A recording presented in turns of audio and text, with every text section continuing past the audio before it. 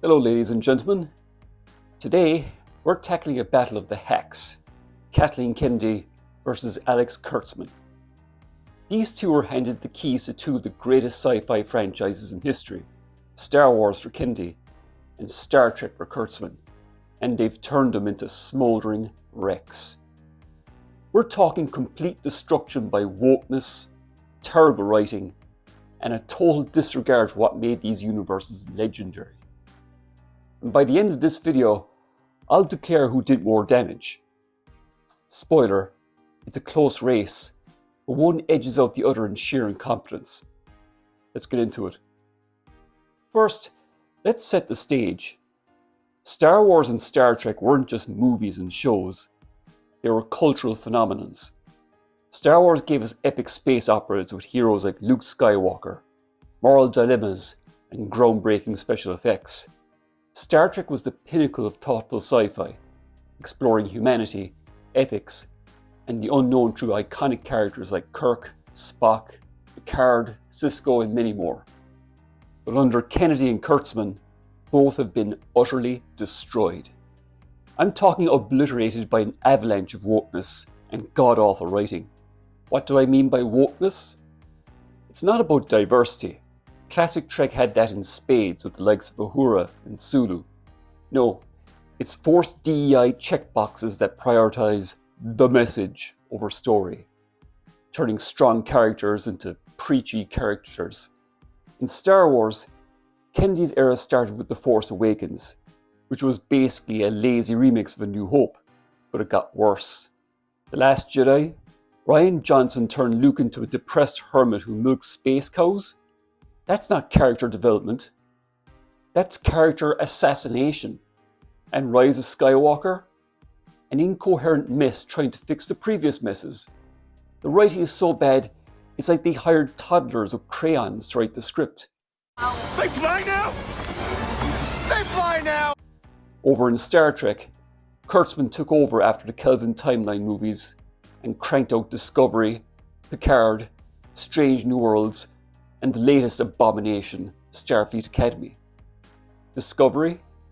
Michael Burnham is the center of the universe, crying every episode while the plot jumps around like a caffeinated squirrel.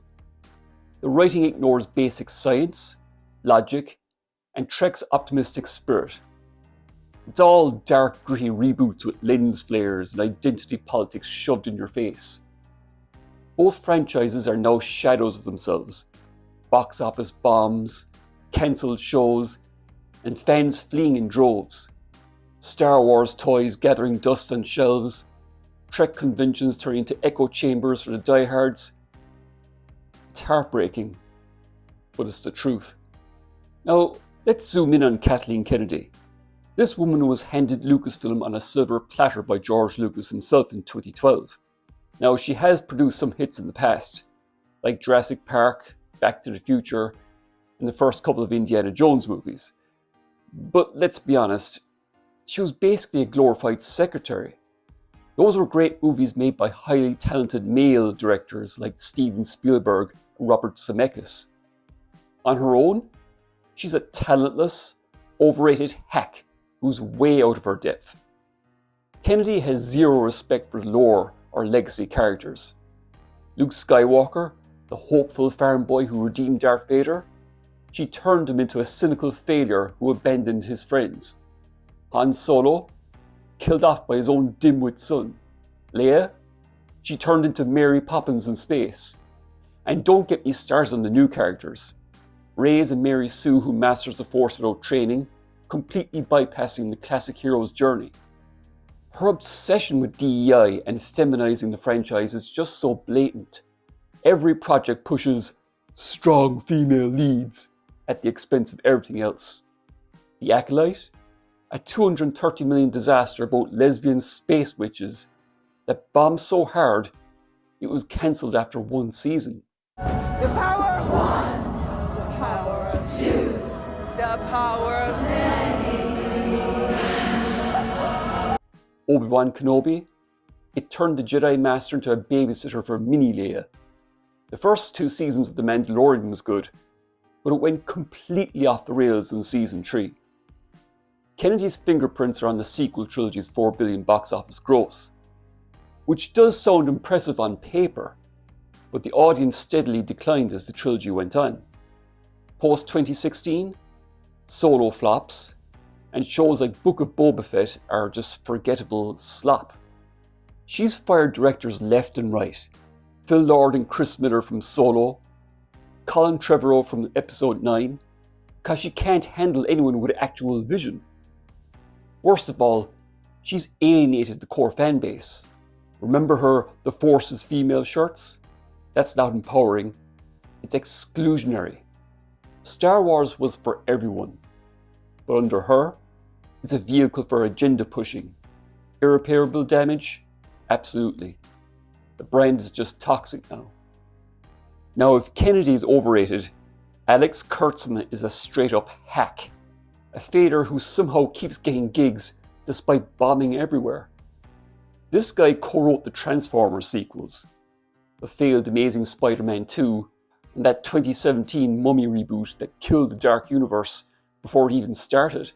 And remember that Clarice Starling TV show? Me neither. His track record is a graveyard of flops. Kurtzman took over Star Trek in 2017 via Secret Hideout, and it's been downhill ever since. Like Kennedy, he has no respect for lore. Exhibit A. Discovery retcons Spock having a secret sister, Michael, who's somehow key to every major event. Legacy characters? Picard Season 1 turns John Luke into a bitter old man with a robot body. 7 of 9? Turned into a bisexual vigilante. Q? Wasted. His writing is atrocious. Plots full of holes, like time-travelling red angels or magic mycelial networks. And the wokeness? Non-stop. Pretty much every character lectures on identity, pronouns, and oppression. Star Trek used to subtly explore social issues through allegory. Now it's just ham-fisted propaganda. And don't even get me started on the awful animated shows. Kurtzman's too focused on DEI and feminizing the franchise. Female Starfleet admirals everywhere? Fine. But not when it means sidelining logic for girl power moments. Strange New Worlds started off okay, but still injected modern politics into the 23rd century. And talk about failure. Discovery moved to Paramount Plus after Backlash. Prodigy got cancelled, then revived, and cancelled again. The Section 31 movie was so abysmal, even star Michelle Yeoh looked embarrassed to be there. He's produced more misses than hits, and fans have online petitions with thousands of signatures to boot him. Kurtzman is the Midas touch in reverse. Everything he touches turns to crap. I don't know, it seems Paramount seems to enjoy losing money and fans. Either that, or Kurtzman has dirt on some very powerful people in Hollywood. Okay, time for the showdown. Both Kennedy and Kurtzman share the same sins. Zero respect for lore and legacy. Kennedy trashes Jedi mythology. Kurtzman ignores Trek canon like the Prime Directive. Legacy characters? Both treat them like disposable props. Luke milks aliens. Picard gets lectured by foul-mouthed girl bosses. They are both obsessed with DEI and feminizing their franchises. Kennedy's Star Wars is all about diverse casts that feel tokenistic. Kurtzman? Non-binary characters in Discovery feel forced. Both prioritize representation over coherent stories, turning science fiction into therapy sessions. Wokeness and terrible writing? Both guilty. Star Wars scripts are plot hole riddled. Star Treks are emotionally manipulative, with constant trauma dumps. It seems everyone who gets into Starfleet has a terrible backstory or a traumatic past. The fans of both franchises hate what's been done, and the backlash has been severe. Star Wars has fandom menace rants.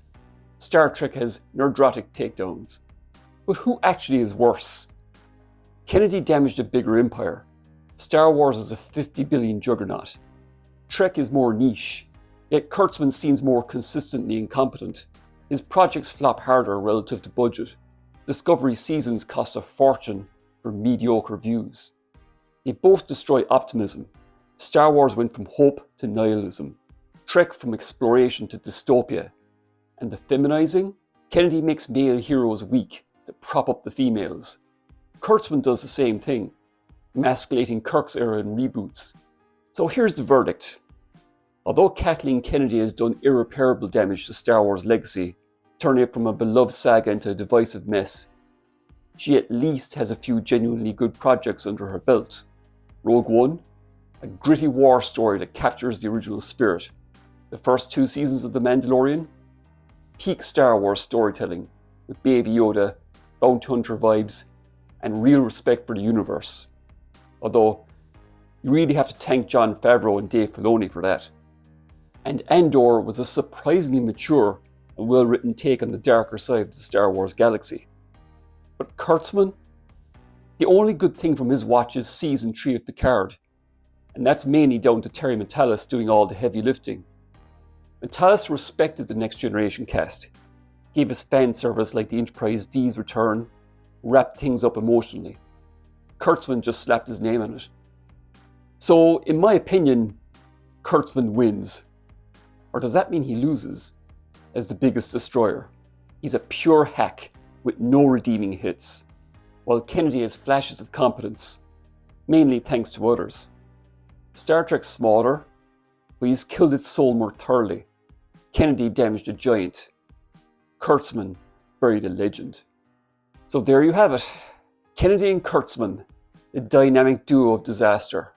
Star Wars and Star Trek deserve better than wokeness, bad writing, and agenda-driven hacks. At least Kennedy's reign of terror is officially over with her retirement.